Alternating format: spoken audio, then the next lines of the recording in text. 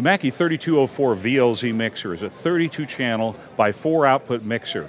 You know, recently the digital mixers have been all the rage and the great news, but everybody needs a great analog mixer. The good news is a lot of digital features have come into the analog mixers, and we'll talk about that with the Mackie 3204. But let's first of all look at the basic kind of thing that happens with an analog mixer.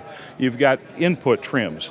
These are the famous Mackie XDR2 input preamps, and they are clean. They're linear all the way up to a full gain, so you can crank this thing up and they're going to sound as good with a full amount of gain as they are with a little bit of amount of gain.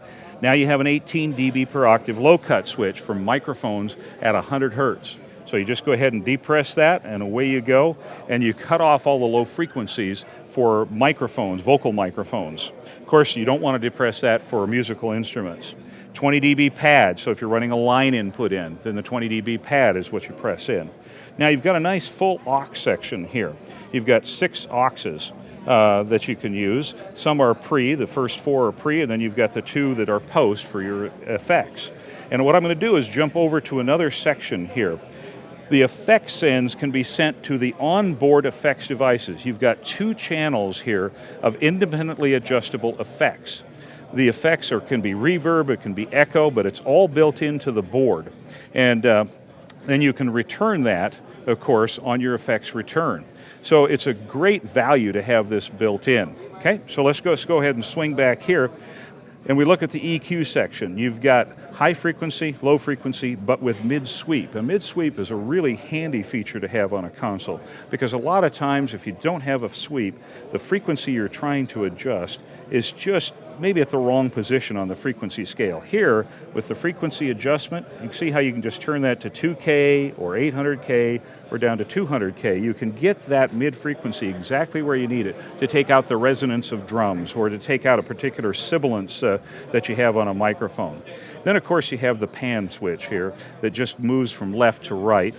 And a mute, nice big mute switch that is easy to press. You can go ahead and mute that channel and shut it off. And you get an overload light and a signal present light on each channel. You have a solo feature so that you can listen to each individual channel. Now what are these 1, 2, 3, 4 switches in left, right?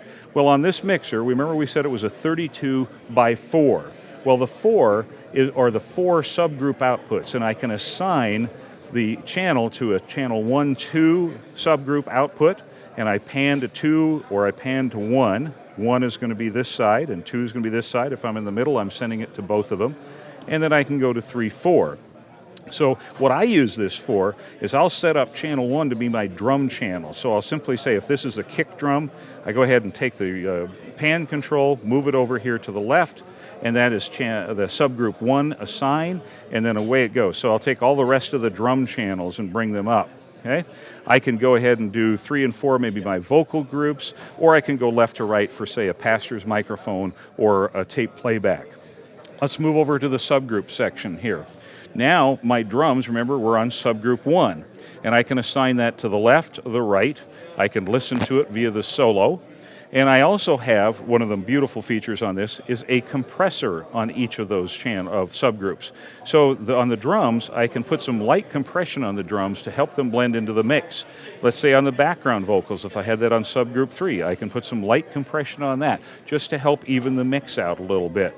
So not only do you have the onboard effects, but you have built-in compression on each of the subgroup outputs.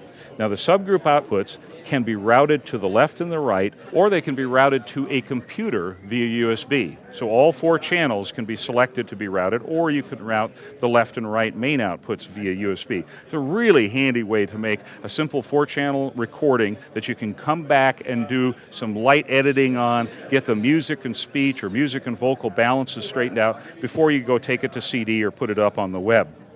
Of course, with Mackie, you get complete monitoring on the output, and you've got your aux ends here.